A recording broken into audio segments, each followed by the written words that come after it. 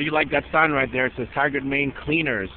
See Lady earns a no ERNST run sex. That's my positions. No ERNST run sex.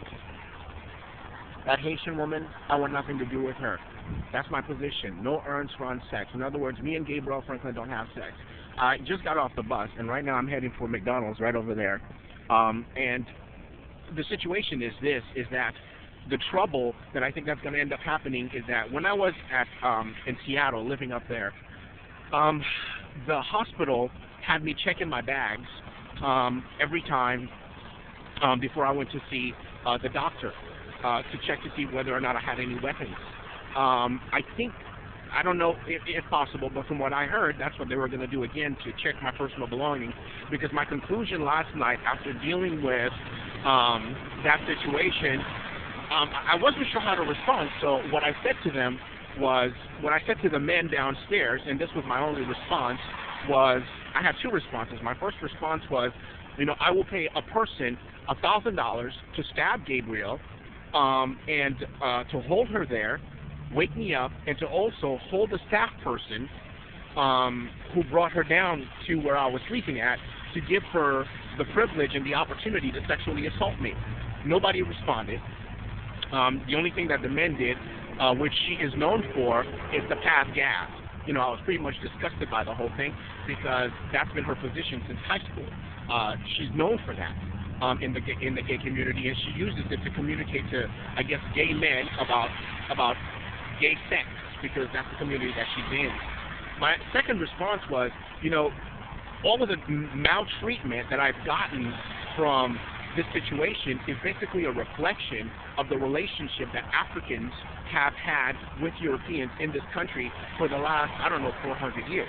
I mean, this is really unfortunate that this is the kind of life that they're living. I mean, if what they're giving this Haitian woman privilege to do, to hit me and to strike me and to sexually assault me openly in their establishments, and to do it, and to do all that she's doing, what of the African person who is born in this country and who has to deal with this situation, of subordination? They're convinced that I'm supposed to be her subordinate, and I guess the issue overall is not just African subordination, to Europeans, but also African subordination to Africans, or Haitians, of that matter. We come from an independent country, and they basically took that independence, and this is what they've turned it into.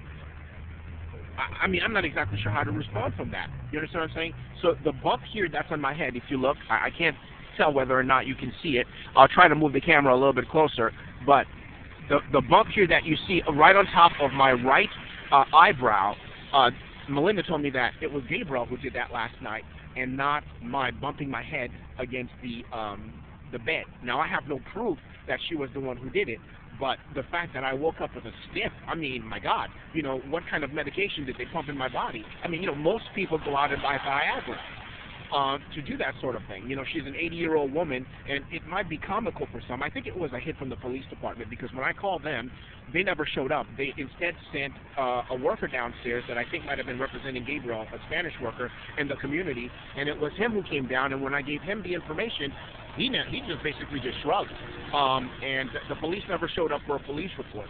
So, this is how life is in Portland, and I'll tell you the truth, this is a real unfortunate thing, not only for myself, but for the Franklin family, that this is how they've chosen to live.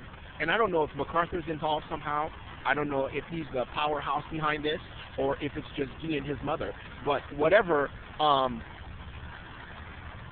whatever the situation is, I don't think this hospital is going to do me any good if they're not willing to stand with me, but if for care, but they're standing against me with this Haitian family. I have nobody standing with me at this point. I mean, I've been in this situation for 34 years. Not one government official, not one police official, not one president, not one church. No one has stood with me. Everyone has stood against me.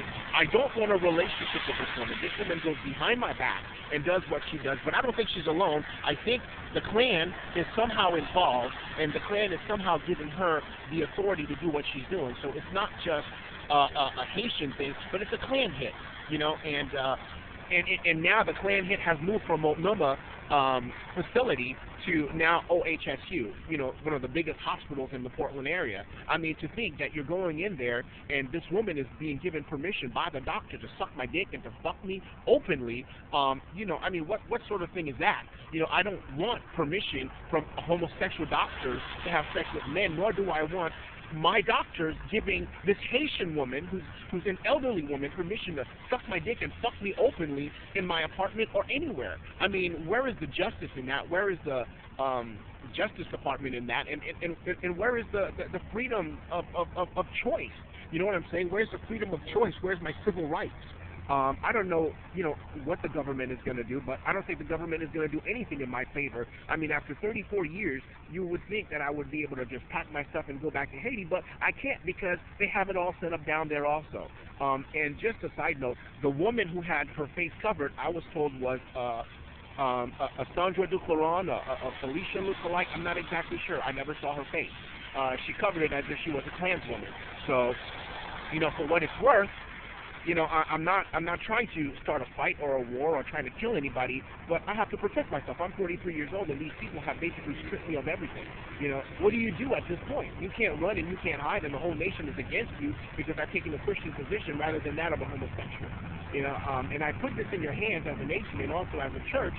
You know, consider the decisions that you make not only for yourself but for others, and that, you know, you're ruining people's lives.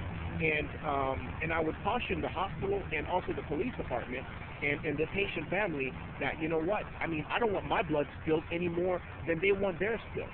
So, you know, make your decisions and make it out of wisdom rather than out of the influence of the devil.